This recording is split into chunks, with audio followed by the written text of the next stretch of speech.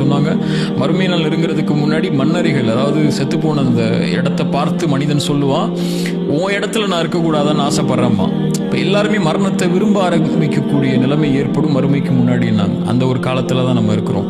இங்கே பார்த்தாலும் யாரை பார்த்தாலும் சோகமா, யாரை பார்த்தாலும் மகிழ்ச்சி இல்லாமல், யாரை பார்த்தாலும் எப்போ பார்த்தாலும் இருளில் உட்கார்ந்துருக்கிற மாதிரி, ஐயோ வாழ்க்கை என்னடா வாழ்க்கைங்கிற சொல்கிற மாதிரி தான் எல்லாருடைய பெரும்பான்மை மனிதர்களுடைய வாழ்க்கை இருக்குது. அதில் அப்படி இருக்கக்கூடிய நேரத்தில் அதுலேருந்து வெளியே வர்றதுக்குள்ள காரியங்களை நோக்கம் இல்லாதவங்க, வாழ்க்கைக்கு எதுக்காக வந்திருக்கோம், எதை நோக்கி நம்ம போகிறோம், நமக்குன்னு ஒரு வாழ்க்கை இருக்குது இதுக்கப்புறம்ங்கிற எண்ணம் இல்லாதவர்கள் எடுத்துக்கொள்ளக்கூடியது என்ன, ஸ்ட்ரெஸ் ஆகிட்டாங்களா, அல்லது அவங்க வாழ்க்கையில் எதிராக ஒன்று தோத்துட்டாங்க, நீங்கள் சொல்ல மாதிரி லவ் பிரேக்கப் ஆகிடுச்சா, என்ன செய்வாங்க, போய் மது குடிப்பாங்க, போய் சிகரெட் அடிப்பாங்க, போய் போதை பழக்கத்துக்கு அடிமையாவாங்க, அல்லது தான் வாழ்க்கையே முடிஞ்சு போச்சுன்னு சொல்லி எதுவுமே செய்யாமல் ஸ்ட்ரெஸ்ன்னு சொல்லிட்டு ஸ்ட்ரெஸ்ஸாக இருக்கேன்னு சொல்லி இருட்டில் உட்காந்துருப்பாங்க.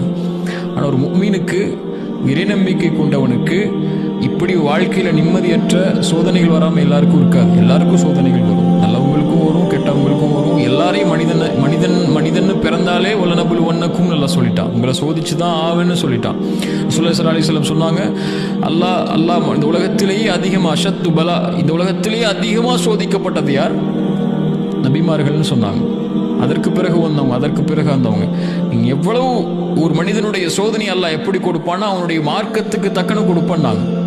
நீ எவ்வளவு மார்க்கத்தில் உறுதியாக இருக்கியோ அவ்வளவு உறுதியான சோதனைகள் உனக்கு வரும்னாங்க. அப்போ எல்லாரையும் அல்லாஹ் சோதிப்பான், பாவி நல்லவன்னு வராமல்.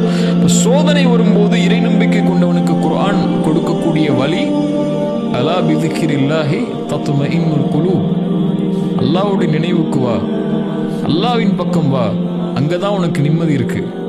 தொழுகைக்கு வா, அதுதான் உனக்கு நிம்மதி இருக்கு. உனக்கு உலகத்துல சிரமங்களை தாண்டி சோதனைகளை தாண்டி நிற்க முடியலையா, சுஜூதுல விழுந்து ரப்புக்கு முன்னாடி அல்லாஹ்வுடைய நினைவில், அலா பிதிக்ரில்லாஹி தத்மஇன்னுல் குலூப், அவனுடைய நினைவுல தான் உன்னுடைய உள்ளத்துடைய அமைதி இருக்கு.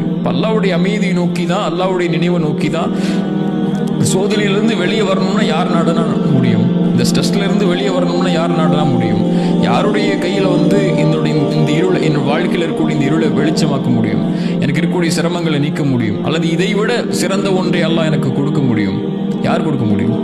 அல்லாஹ். அவனின் பக்கம் தான் போவான். ஷைத்தானை நாடக்கூடியவங்க தான் இந்த மாதிரி செயல்பாடுகள் பக்கம் போய் தன்னை அழிச்சு கொள்வாங்க. சோதனை வந்தவன் ஒரு இறை நம்பிக்கை கொண்டவன் அல்லாஹ்வின் பக்கம் போய் அதுலேருந்து வெளியே வரக்கூடிய, அதில் நிம்மதி தேடக்கூடிய இடங்களுக்கு போயிடுவான். இதுதான் இறை நம்பிக்கை கொண்டவனுடைய பண்பா இருக்கும்.